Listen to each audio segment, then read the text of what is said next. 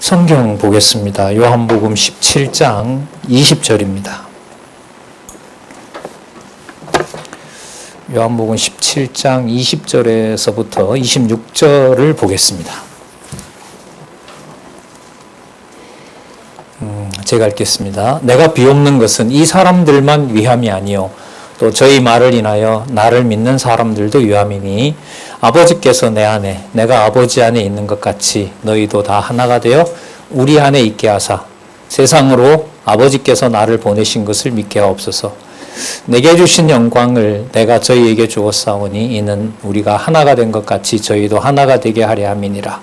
곧 내가 저희 안에 아버지께서 내 안에 계셔 저희로 온전함을 이루어 하나가 되게 하려 함은 아버지께서 나를 보내신 것과 또 나를 사랑하신 것 같이 저희도 사랑하신 것으로 세상으로 알게 하려 함이로소이다. 아버지여 내게 주신 자도 나 있는 곳에 나와 함께 있어 아버지께서 창세전에 나를 사랑하심으로 내게 주신 나의 영광을 저희로 보게 하시기를 원하옵나이다. 의로우신 아버지여 세상이 아버지를 알지 못하였어도 나는 아버지를 알았었고 저희도 아버지께서 나를 보내신 줄 알았사옵나이다. 내가 아버지의 이름을 저희에게 알게 하였고 또 알게 하리니 이는 나를 사랑하신 사랑이 저희 안에 있고 나도 저희 안에 있게 하려 함이니라. 길게 읽었는데요. 우리 내용 강론 보다가 오늘 20절에서부터 26절을 보면 아들이 아버지한테 기도하는 거잖아요. 그죠? 여기서 아버지가 중요할까요? 아들이 중요할까요? 아니면 제 질문이 이상한 걸까요? 그러면 이제 오늘 우리가 살펴볼 내용의 바르트 비판을 우리가 넘어선 겁니다. 오늘 이제 오랜만에 개강을 하는데 시간은 1시에 마치도록 시간 한 40분 남았는데 오늘 첫 개강이고 하니까 시간은 맞춰서 말씀을 맺도록 그렇게 하겠습니다. 조금 전에 말씀드렸던 대로 바르트를 지금 비판하고 있거든요. 오늘 지금 3번 213페이지에 나오는 개혁파 전통신학의 구원론 비판 이렇게 나오잖아요. 자, 그러면 이거는 일단은 바르트가 개혁파 신학을 비판한 거예요. 기억나실 거예요. 바르트의 화해론, 그 전반부, 그러다 초기, 말기, 초기, 중기, 말기 이렇게 나오는데 제가 이제 논문을 다룬 것은 이 사람 결론이 어떻게 됐는지가 좀 궁금했던 거죠. 그래서 이 후기에 쓰다가 이제 결국은 하늘나라로 갔지만은, 화해론이라는 구조를 잡아서 신학을 전개하는 거였잖아요. 거기에 가장 핵심적인 내용이 여러분, 전통신학과 관련해서 보면 무슨 언약을 확정했다는 거예요? 개혁신학자들 보다가. 무슨 언약? 창세전? 행위 언약이 아니고 무슨 언약? 은혜 언약. 은혜 언약. 창세전 은혜 언약을 개혁 신학자들 보다가 어떻게 보면 어떤 면에서는요, 칼빈 보다가 더 인간의 공로를 빼고 강조한 사람이에요. 이 사람이. 그래서 이제 제가 논문을 쓰면서도 제가 첫 번째 논문 썼을 때 그 지도 교수가 안 된다고 했잖아요. 그때 제가 바르트안이 됐다는 거였어요. 지금 바르트를 비판하려고 나는 논문 지도하겠다고 했는데 왜 당신이 바르트안이 되어 왔느냐? 바르트주의자가 되어 왔느냐? 이러는 거예요. 제가 이제 반쯤밖에 못하는 거였어요. 뭐냐면, 이 진짜 신학이 딱딱하잖아요. 아까 여러분 총장님 어제 발표가 저하고 이제 두 사람이었는데, 앞부분에 있는 사람이 8년 동안 독일에서 공부하고 화란에서 논문을 쓰고 영어책을 보고 라틴어를 잘하고 이런 분이었어요. 그러니까 각주가 그 박사 논문을 요약한 거였는데, 밑에 여러 개 국어로 달려있는 각주가 본문보다 훨씬 많았어요. 주제는 아까 말씀하신 대로 언약 개념, 칼빈의 언약 개념에 다른 신학자들이 어떤 영향을 줬느냐. 칼빈의 독자적 작품이 아니라 이렇게 해서 했다. 근데 이러다 보니 여러분 외국에 오래 살다가 와서 한글로 하면 잘 안 됩니다. 이게 잘 안 돼요. 웃으시는 분도 있죠. 그게 뭔 말인지 아실 거예요. 어렵습니다. 자, 어쨌든 그 칼빈의 그 언약 사상이라고 하는 것을 왜 지금 공부하러 간 사람들도 다루느냐. 신학의 흐름이 어디로 돌아오느냐. 언약이라는 개념으로 다시 돌아와요. 그리고 우리가 중요하게 생각하는 성경신학에서 중요하게 생각하는 이 창세기 1장 28절에 대한 복 얘기가 이제 미국 성경신학에서는 나오기 이제 시작을 했고요. 자, 어쨌든 바로 이 은혜 언약에 대해서 칼빈을 비롯한 그 이후에 개혁파 신학이라 그러죠. 17세기 개혁파 신학. 18세기는 넘어집니다. 18세기는 성경 권위가 넘어지고요. 17세기 이렇게 생각하면 됩니다. 그러니까 루터와 칼빈이 16세기고 17세기를 개혁파 신학이라고 합니다. 그 전통들이 이제 갈라지죠. 갈라지는 것은 뭐냐면 은혜 언약으로 보존 못하기 때문에 무너져요. 근데 이걸 20세기에 와서 창세전 은혜 언약을 그리스도를 중심으로 복원을 해요. 그 사람이 누구라고요? 그 사람이 칼바르트예요. 후기의 이 신학으로 봤을 때. 그게 우리가 전반부에서 살펴봤고, 지금 칼바르트는 이제 칼빈까지, 그리고 개혁파 신학자들에게까지 은혜 언약은 창세전 은혜 언약이거든요. 창세전 그리스도께서 하신 영원한 사역. 창세전 이야기니까요. 그 은혜일 수밖에 없잖아요. 그걸 이제 바르트가 화해론에서 구조를 잡는 거죠. 그래서 구조론 여러분들 기억나시죠? 무엇을 먼저 시작하고 죄론을 놓는다는 거예요? 예, 무엇을 시작하고? 예, 기독론을 시작을 하고 그리스도를 먼저 잡고 그리스도의 삼중직이 있었죠. 죄 문제를 처리하기 위해서 뭘 먼저 삼중직 가운데 사용한다고요? 무슨 직? 제사직. 그러니까 그리스도의 제사직을 먼저 잡고 그 다음에 왕직 잡고 그 다음에 선지직 잡고 이게 여러분 은혜 언약의 구조예요. 그 바르트의 마지막 결론은 은혜 언약이었다. 이렇게 얘기를 하면 틀리질 않아요. 그래서 뭐 몇 차례 말씀드렸지만 한 20년 전에 장안중앙교회에 다녔던 제 동료나 선배들이 장신에 가서요. 장로의 신학대학이 있죠. 거기 가서 바르트 신학을 만나고 여기에도 언약 신약이 있다라고 갔어요. 하나로 돌아오지 않았죠.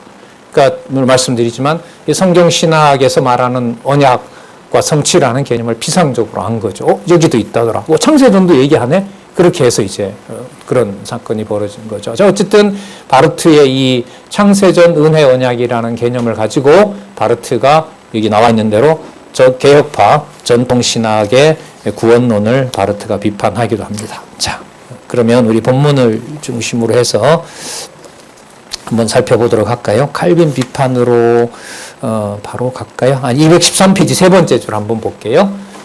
자, 그래서라는 부분 한번 보시기 바랍니다. 그래서 예수 그리스도의 위대한 화해 사역에 참여한 계약의 동반자 피조물에게도, 그러면 예수님의 위대한 화해 사역이라는 게 시간 세계 속에서 일어난 화해 사역일까요?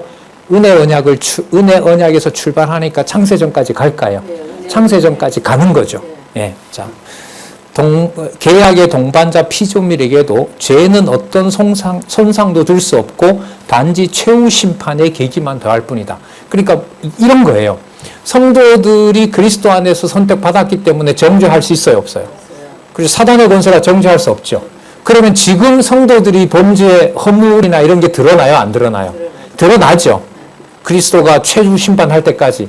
그럼 성도들의 죄가 드러나는 것을 제가 이해한 이 화해론에서 바르트는 성도들이 범죄한다가 아니라 성도들이 범죄한 것은 결과적인 거고 죄의 권세가 무슨 짓을 하는지를 죄의 권세가 설침으로 죄가 뭔지가 드러난다고 보는 거예요. 그러니까 성도님들이 범죄하잖아요.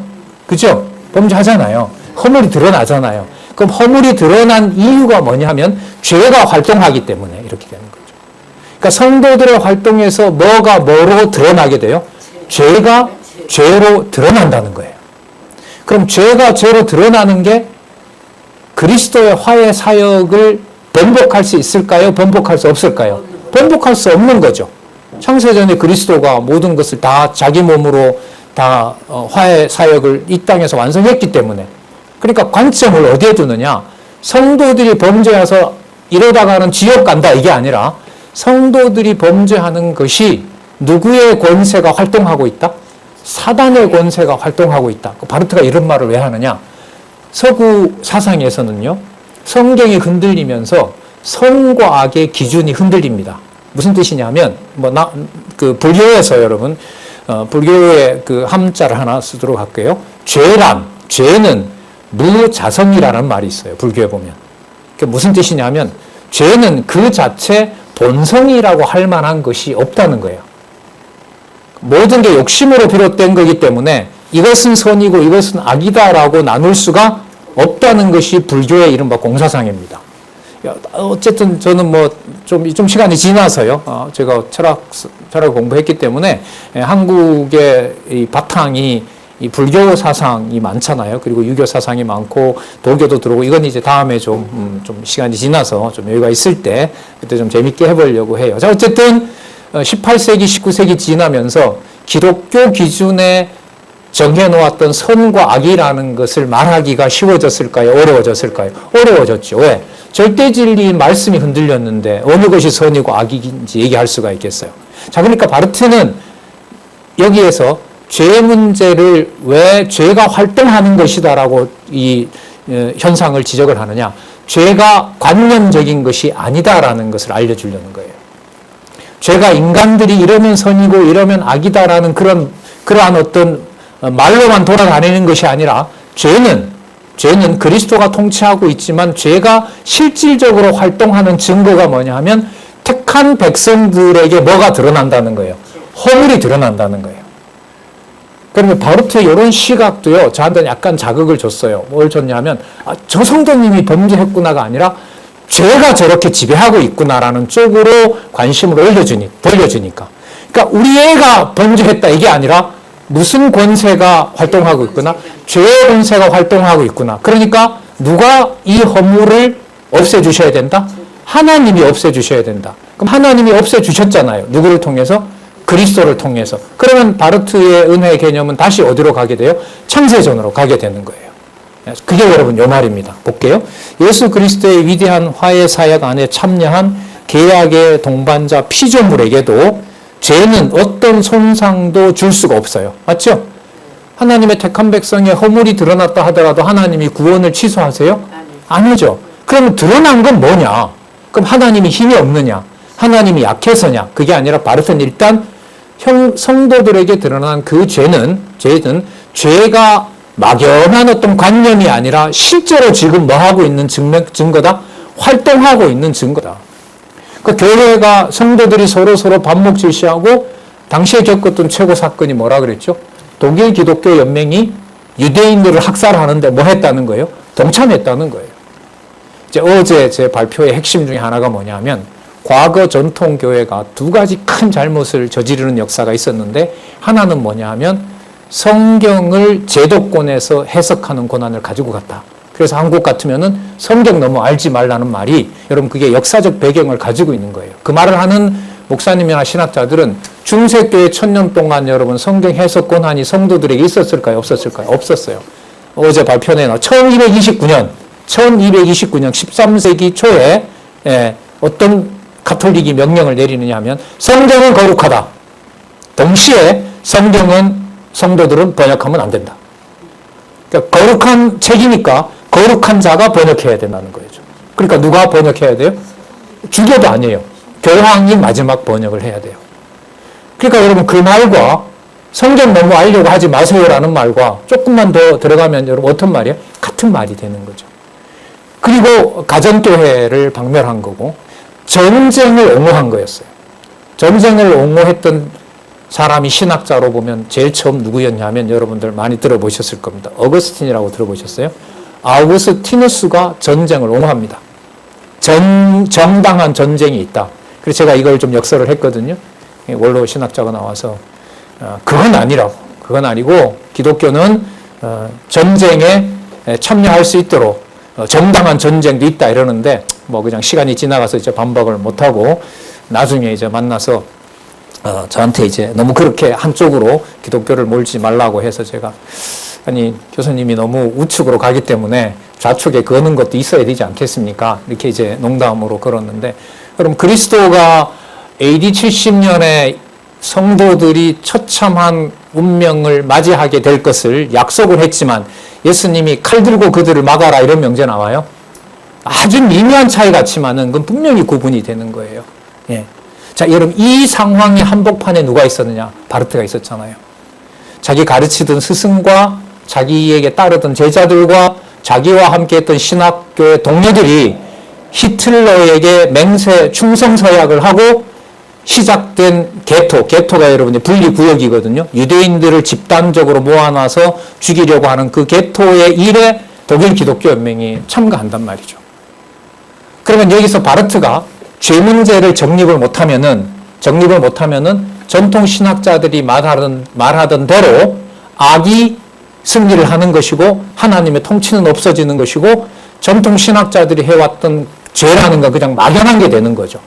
막연하게 된다는 말은 뭐냐면 히틀러가 저렇게 대학살을 저질러도 하나님의 심판이라고 하는 것은 막연한 개념이니까 존재할까요? 안 할까요?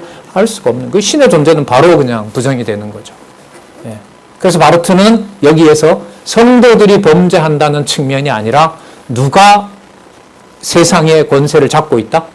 죄의 권세가 잡고 있다. 그리고 그 죄의 권세가 아무리 자기의 권세를 넓힌다 하더라도 창세전 그리스도 안에서 선택한 하나님 백성의 은혜는 취소가 된다, 안 된다? 안 된다. 좀 더 깊게 들어가면요. 이런 측면을 누가 염려를 했냐 하면, 여러분, 그렇게 되면 범죄하고서라도 창세전 은혜 언약 때문에 반성과 해결하는 게 있을까요? 없을까요? 없죠. 예. 내가 아무리 많은 범죄를 하더라도 창세전에 무조건적으로 나를 선택한 거기 때문에 내가 죄인 이 범죄가 하나님 앞에서 반성하거나 속죄하거나 이를 해결하는 게 없는 거예요.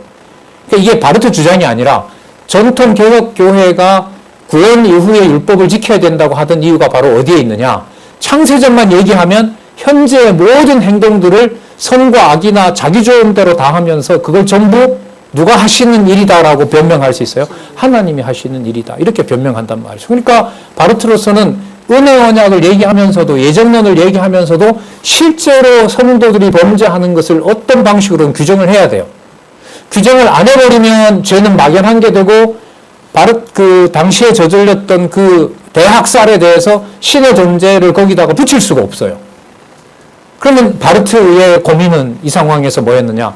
창세전 은혜는 은혜대로 끝까지 보존하고 이 세상에 드러나는 악에 대해서는 인간이 자기 위주로 했다 그러면 누구의 주권성이 사라져버리죠? 하나님의 주권성이 사라져버리죠. 그럼 하나님의 주권성이 사라지는 것을 염두에 두고 성도들에게, 사람들에게 드러나는 악행에 사람들의 행위에다가 먼저 초점을 맞추는 것이 아니라 무슨 권세가 지배하고 있다? 악의 권세가 지배하고 있다. 악의 권세가 지배하고 있다. 우리 조금 오전에 우리 그 에베소서에 나온 개념으로 말하면 공중 권세 잡은 자가 지배를 하고 있다. 이 사실을 사도 바울은 바르트는 먼저 강조를 하는 거예요. 그 결과가 교회가 분열하고 교회가 전쟁에 동조하고 또 히틀러를 메시아라고 얘기하는 이런 극악한 일들이 벌어졌다. 자, 여기에서 바르트를 비판할 점이 또 하나 생기는데 뭐냐면 바르트가 만약에 여러분 이런 논의는 제가 아직 안 했는데 이제 앞으로 기회가 되면 이제 하고 싶은데 바르트가 여기에서 만약에 제사장직에서 모든 인류가 그리스도로부터 그 은혜를 받는다라는 제사장직에다가 초점을 맞추는 것이 아니라 왕직이 제사직보다 앞섰다면 왕직이 제사장보다 앞섰다면 죄 문제에 대해서 막연하게 생각하는 것보다 누가 그 죄의 권세를 주관하고 있고 또 심판하고 있다라고 얘기가 쉬워요. 제사장보다가는 무슨 직임을 앞세우면 왕직임을. 그러니까 저는 이걸 강의하고 이 책을 쓰면서 이런 방식으로 창세전 은혜 언약을 성경대로 또 당대가 제기하는 문제를 극복하기 위해서는 제사장 3직 중에 제사장직보다 무슨 직이 앞서야 된다? 왕직이 앞서야 된다. 그러니까 주권이 먼저 앞서야지 은혜가 먼저 앞서버리게 되면 그리스도의 3직을 말하는 겁니다. 그리스도의 3직이 여러분 선지직, 왕직, 제사장직이잖아요. 그래 지금 이제 확언을 좀 드리고 싶은 것은 선지직은 놔두더라도 이 일반적인 이 논리를 비판하기 위해서 본다면은 무슨 직이 무슨 직 다음에 와야 돼요? 무슨 직이 무슨 직 다음에 와야 돼요? 제사장직이 무슨 직 다음에? 왕직 다음에 와야 돼요. 그래서 전 이 성경신학에서 증명한 마태복음의 3직에서 무슨 직이 앞서게 되죠? 선지직 다음에, 자, 선지직은 다음에 또 얘기하도록 할게요. 왕직 다음에 무슨 직이 따라 나와요? 제사장직이 따라 나오는 거예요. 여러분, 이건 굉장히 중요한 겁니다. 이 논의까지 여러분 신학자들에게 얘기할까지 시간이 좀 많이 걸릴 것 같아요. 어제는 한국에서 보수주의 신학자들이 다 모여 있다는 개혁신학회거든요. 예, 어쨌든 그 전체 분위기로 봐서. 자, 다시 한번 돌아오면, 바르트는 고민은 바로 여기에 있었던 거예요. 그 바르트의 한계까지 조금 전에 이제 얘기를 했는데, 자, 좀 더 보면은요. 자, 최후 심판의 계기만 더할 뿐이다. 그러면 죄가 활동하고 있다는 말을 바르트는 왜 해야만 되느냐? 우리가 받아들이기 힘들지만 죄가 설치는 상황은 자, 일단 형리상학적이고 관념적이고 막연한 게 아니다. 왜? 성도들을 뭐 하고 있으니까? 해코지하고 있으니까. 맞잖아요? 성도들이 서로 분열하고 있고 국가적인 범죄를 저지르잖아요. 국가의 그 악한 정권에 동조하는. 자, 그 다음 두 번째, 그렇게 드러난 악에 대해서 그리스도가 이미 다 뭐 했다? 해결했다. 이렇게 해결했다. 그러면 해결했다고 하는 거하고 심판하신다라는 것하고 여러분 의미의 차이가 있을까요? 없을까요? 엄청 있죠.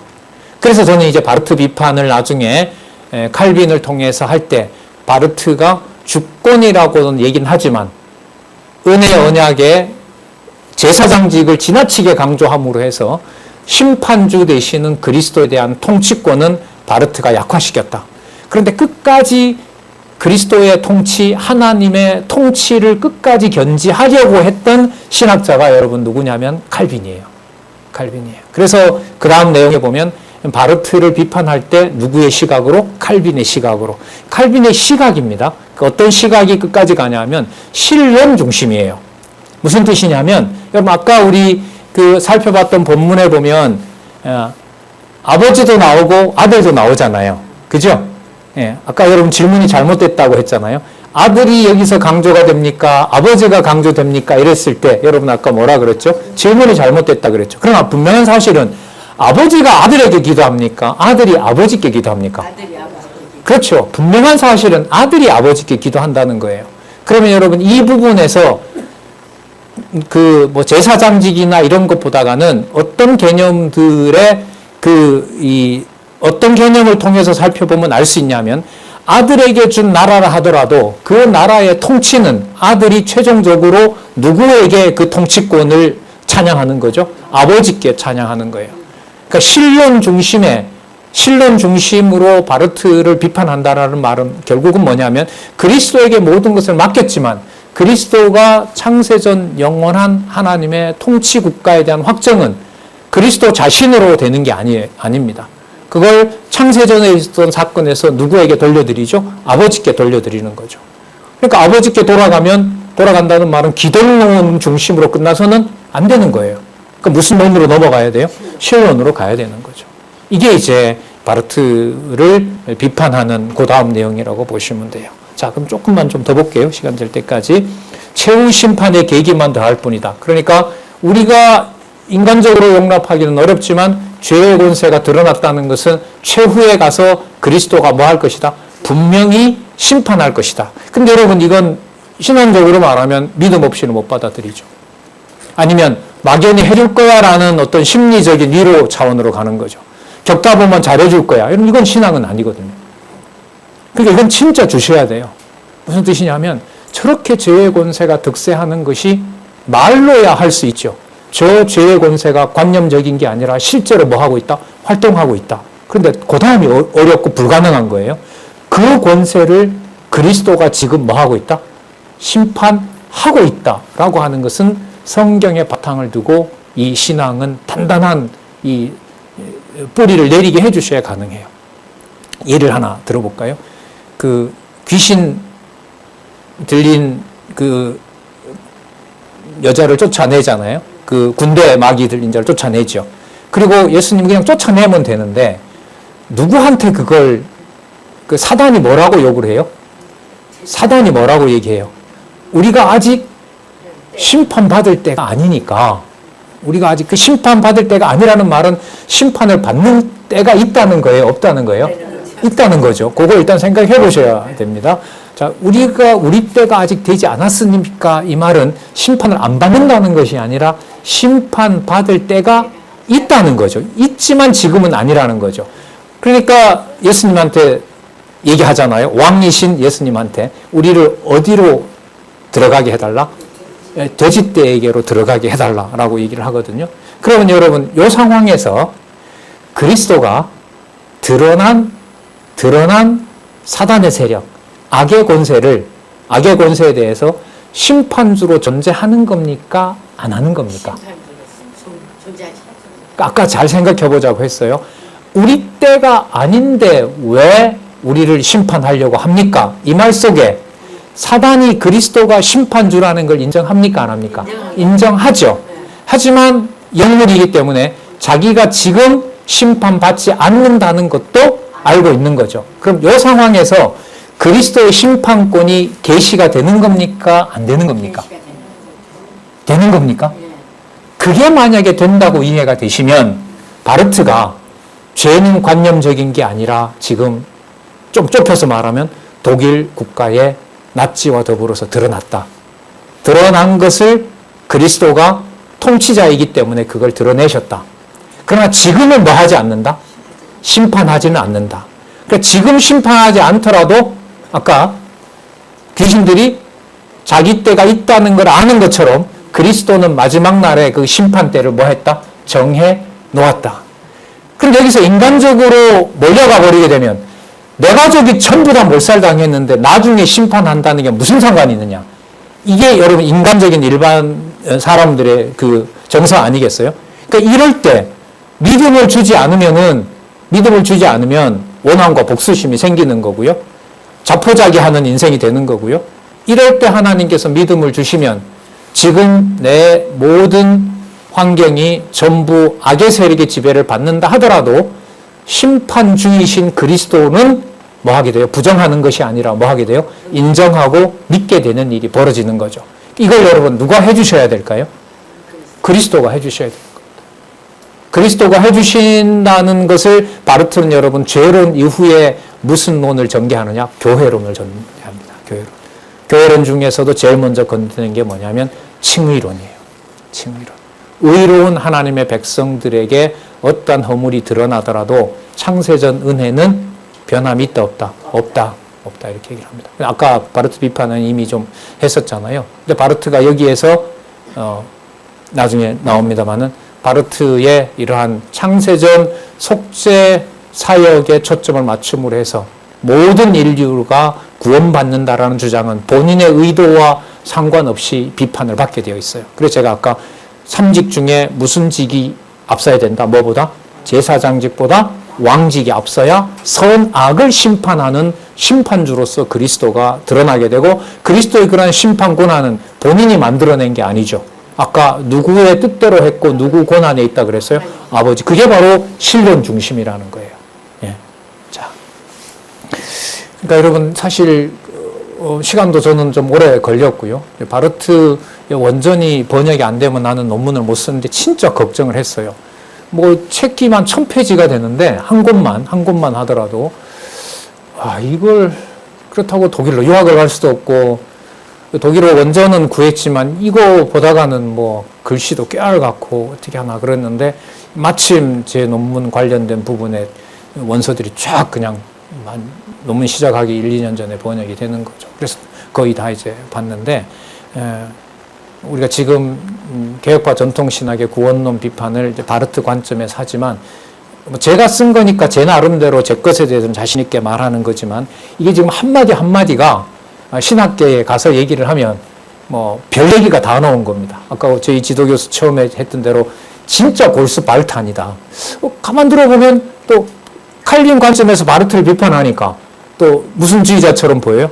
칼빈주의자처럼 보이는 거죠. 그런데 칼빈을 또 다 따라가지는 않는다는 말이죠. 그러니까 여러분 이런 것들을 단 몇 마디에 주어진 한 20분씩 주거든요. 거기에서 이제 증명을 해나간다라고 하는 것은 사실 앞으로 우리 후배들이 하게 될지는 몰라도 진짜 기나긴 싸움이에요. 그러니까 한 편 발표하고 어제 사회 봤던 분이 시간이 없어서 못하는데 저도 한 7개 질문을 가지고 있는데 시간상 줄이겠습니다. 7개 질문이라는 게 다 이제 그 발표한 데서 이제 그 아주 민감한 문제들일 거 아니겠어요? 자, 그런 문제들이 이제 앞으로 기다리고 있는데, 뭐 한 서너 시간 지나면 이제 우리 이제 종강을 하고 또 이제 제가 조직신학 전공자니까 전통 조직신학을 여러분들한테 소개할까 해요. 그래서 이제 조직신학에 어떻게 보면 인기는 없다고 하지만 신학 이러면 조직신학이니까 그걸 이제 비판하려고 하는데, 한번 지금부터 조금씩 고민을 해보셨으면 좋겠습니다.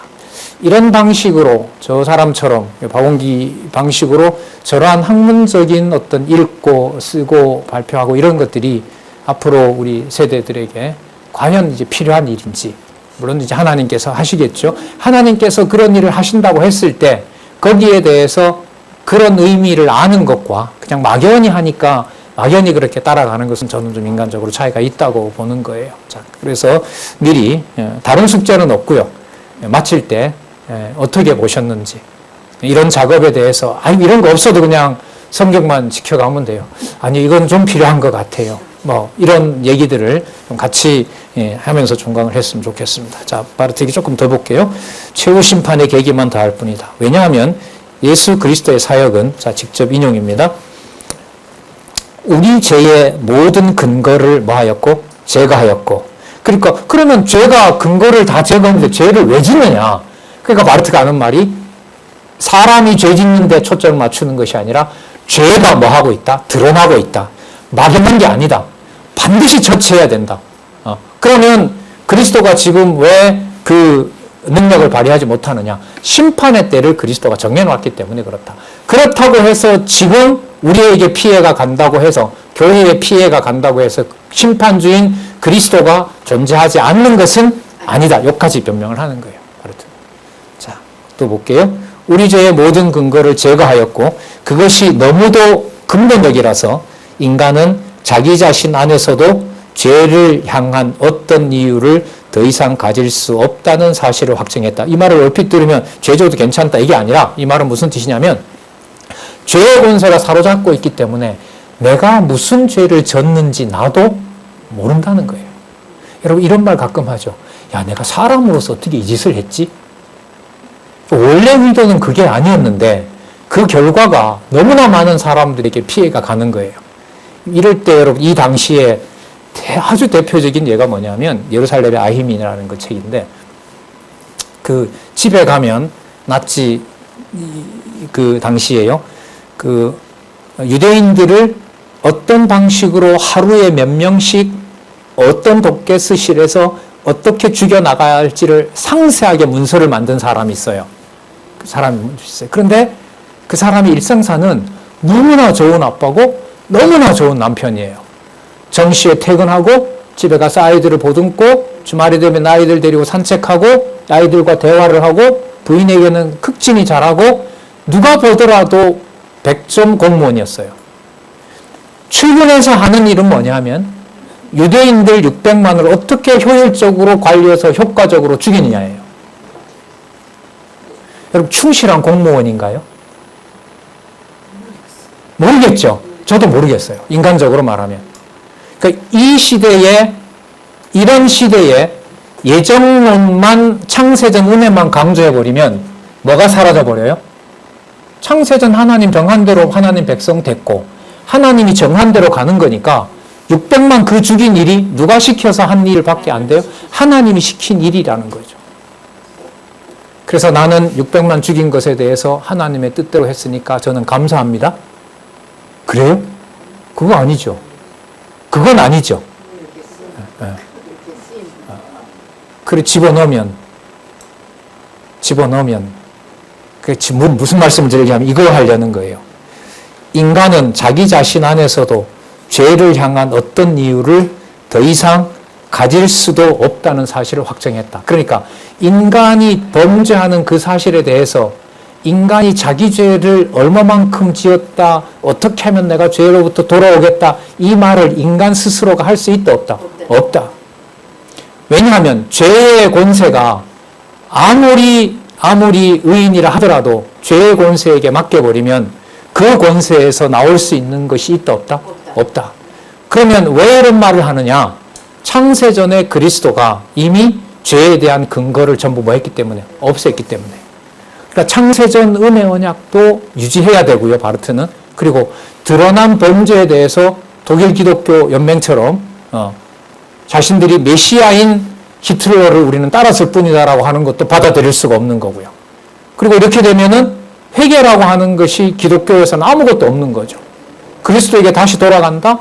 하나님의 은총에 호소한다? 이런 절차라고 하는 게 전부 없어져 버리는 거예요. 여러분, 우리가 하나님 앞에서 내 부족함을 깨닫고 그리스도의 은총을 간구하게 되는 일이 우리 일상사에서 많이 있어요? 반드시 있어요? 반드시 있죠. 여러분, 그리스도를 부르는 게 뭐 힘들어서 부르는 게 아니잖아요. 인간적으로 힘들어서 부르는 게 아니란 말이죠. 그리스도는 창세전부터 계신 하나님이시고 인류를 통치하시는 만왕의 왕이시고, 그리고 이 세상에 일어나는 모든 억울한 일과 해결할 수 없는 문제에 대해서 그리스도가 통치하신다는 것을 믿도록 해주세요라는 강구 아니에요. 믿음이 없어서 넘어진다는 걸 너무나 잘 알기 때문에. 그래서 이제 바르트의 이러한 고민이 바로 여기 있는 거죠. 은혜 언약도 지키고 현실에 있는 성도들, 당시의 독일 교회가 그야말로 반성하고 회개하고 진리 안으로 들어올 수 있는 이 고민 속에서 지금 이런 구조를 잡고 있는 겁니다. 그러니까 참 고민이 많죠, 사실. 해결을 저는 못한다고 봐요. 그러니까 서구 신학을 이론적으로 성경에 가장 가깝게 인도하고 1968년에 죽었으니까요. 이게 저는 서구 신학의 마지막 그 종점이라고 생각을 합니다. 그러니까 어디로 돌아오지 않으면 더 이상 못 나간다. 예. 어디로 돌아오지 않으면 성경에 기록된 그 말씀대로 확정해 나가는 일이 아니면은 바르트 이상 넘어설 수 있는 신학자는 나오지 않는다. 자, 이렇게 얘기를 하니까 제가 이제 바르트주의자가 되는 거였어요. 이제 여기까지밖에 못하고 이제 1차로는 이제 이건 안 된다고, 난 이런 지도는 못하겠다고 그렇게 하셨는데, 자, 어쨌든 시간이 다 됐는데 이 구절 한번 볼까요? 죄에 대해서 어떻게 바르트가 얘기하는지 214페이지 두 번째 단락 밑에서부터 각주 60번이에요. 각주 60번입니다. 죄는 단순히 금지 명령을 위반하는 행동이 아니라 그리스도 안에서 옛사람이 죽임을 당하여 근거를 상실한 자가 행동하는 것이다. 좀 번역어니까 좀 어렵긴 한데요. 말씀을 드리면 그리스도 안에서 옛사람이 죽임을 당하여 근거를 상실한 자가 행동하는 것이다. 의미가 뭐냐면 그리스도가 죄를 깨닫게 하지 않으면은 아무리 사악한 죄를 하더라도 하나님 앞에서의 회개는 된다, 안 된다? 안 된다는 거예요. 그러니까 이런 불교의 수행은 바르트가 봤을 때는 하나님의 진리를 아는 것하고는 무관해요. 자기 반성은 할 수가 있을런지는 몰라도 주 예수 그리스도를 만나는 것과는 다른 거예요. 그러나 여러분, 종교다원주의는 뭐라고 얘기를 해요? 사람이 반성하는 것을 부처님 앞에서 하나, 그 다음에 공자님 앞에서 하나, 예수님 앞에서 하나, 무슨 차이가 있느냐? 인간이 자기 반성을 할 수 있는 반성력만 있으면 되지. 그러나 기독교에서 말하는 죄는 주 예수 그리스도의 통치와 은총 아래에 있지 않으면 어떤 것도 불가능하게 됩니다. 그래서 여러분, 이러한 이제 고민들을 가지고 이제 바르트는 칼빈의 예정론을 비판합니다. 그게 그다음 단락에 나옵니다. 예, 좀 반복도 하고 뭐 우리가 첫 시간이기 때문에 좀 그렇게 말씀드렸고요.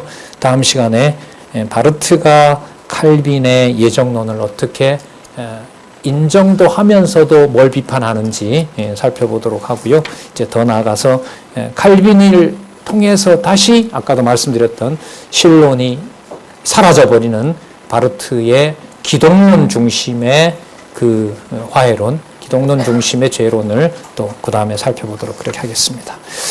어려운 내용인데 수고들 하셨습니다. 기도하겠습니다. 하나님 아버지, 진리의 말씀, 하나님의 말씀으로 돌아가지 않으면 생각도 사고도 어떤 삶도 불가능한 것을 다시 한번 기억하게 됩니다. 하나님 아버지, 어떤 책과 어떤 사상과 어떤 상황에 있더라도 진리의 말씀으로 돌아가 그 기록한 말씀을 통해 영혼을 살려주시고 여호와 하나님의 살아계신 강력하고 세밀한 통치를 깨닫는 하나님의 백성 될 수 있도록 우리를 잡아주시옵소서. 예수님의 이름으로 기도드렸습니다. 아멘.